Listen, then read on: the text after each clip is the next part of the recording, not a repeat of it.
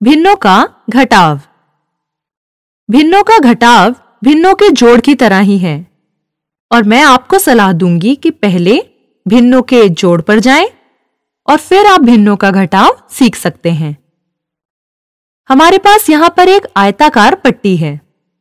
अब इसका जो भाग रंगीन है उसे हम 3/5 भिन्न के रूप में दर्शा सकते हैं और जो भाग बैंगनी है उसे 2/5 लिख सकते हैं। इसका मतलब मैं कह सकती हूं कि यदि मैं रंगीन भाग से बैंगनी भाग को घटा दूं तो मैं केवल हरा भाग देख सकती हूं। ठीक है? तो इसका मतलब है कि मैं कह सकती हूं कि यदि मैं 3/5 में से 2/5 घटाती हूं तो मुझे 1/5 मिलेगा जो कि हरा भाग है। अब आओ एक और उदाहरण देखें। अब इस उदाहरण में पूरी पट्टी रंगीन है। मैं इसे कैसे लिख सकती हूं? मैं कह सकती हूं कि 5/5 या पूरी की पट्टी रंगीन है। अब कितना भाग हरा है? 3/5, क्योंकि 5 में से 3 भाग हरे हैं। तो मैं कह सकती हूं कि 3/5 हरा है। तो यदि मैं 5/5 में से 3/5 घटाती हूं तो मुझे बैंगनी वाला भाग मिल जाता है जो कि 2/5 है।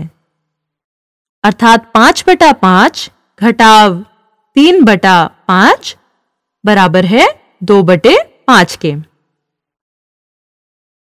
क्या मैं 5/5 को 1 कह सकती हूं? हां, क्योंकि 5/5 का मतलब होता है पूर्ण। पूर्ण का मतलब 1 है। अर्थात मैं कह सकती हूं कि 1 घटाव 3/5 बराबर है 2/5 के। तो हमने यहां क्या सीखा? हमने सीखा कि जब हर समान हो तो भिन्नों का घटाव करना आसान है। हम घटाव कैसे करते हैं? हम अंशों को घटा देते हैं और हर को वैसे ही रहने देते हैं। यदि आप पहले वाले उदाहरण को देखें तो हमने 3 में से 2 को घटाया। 3 घटाव 2 बराबर 1 और हर 5 है। दूसरे वाले उदाहरण में 5 घटाव 3 बराबर 2, यह नया अंश है और हर 5 ही रहता है। अब यह बहुत आसान है। आप जानते हैं कि हम आरेख को देख सकते हैं और आसानी से जांच सकते हैं। परंतु असमान भिन्नों के बारे में क्या? जब हर समान ना हो, अब उस स्थिति में हम क्या करेंगे? आओ इस उदाहरण को देखें।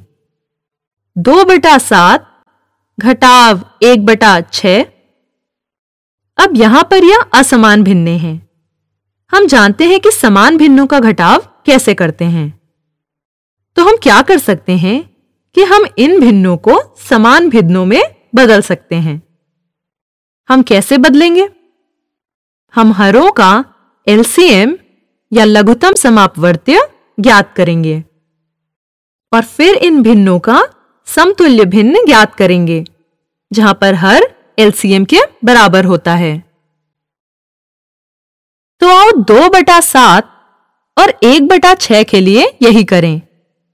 हर 7 और 6 है, तो 7 और 6 का एलसीएम या लघुत्तम समापवर्त्य 42 है, क्योंकि 6 बार 7 बराबर 42। अब आओ समतुल्य भिन्न ज्ञात करें। 2/7 के लिए समतुल्य भिन्न 12/42 है। हमने अंश और हर को 6 से गुणा किया।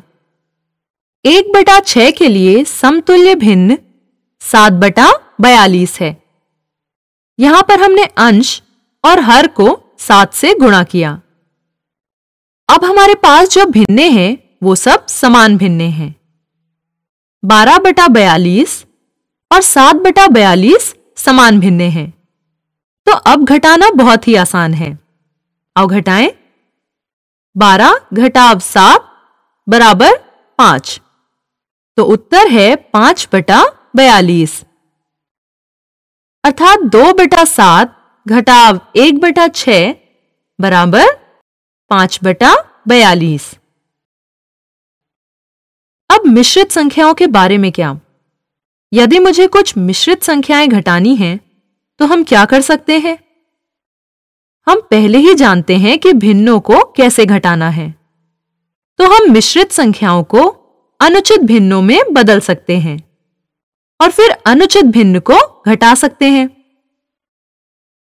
और फिर उत्तर को वापस मिश्रित भिन्न में बदल सकते हैं।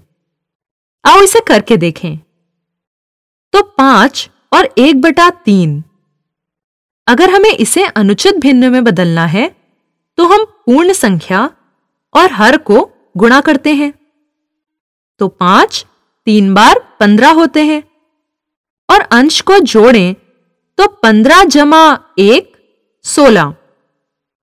तो अनुचित भिन्न 16/3 हो जाएगा।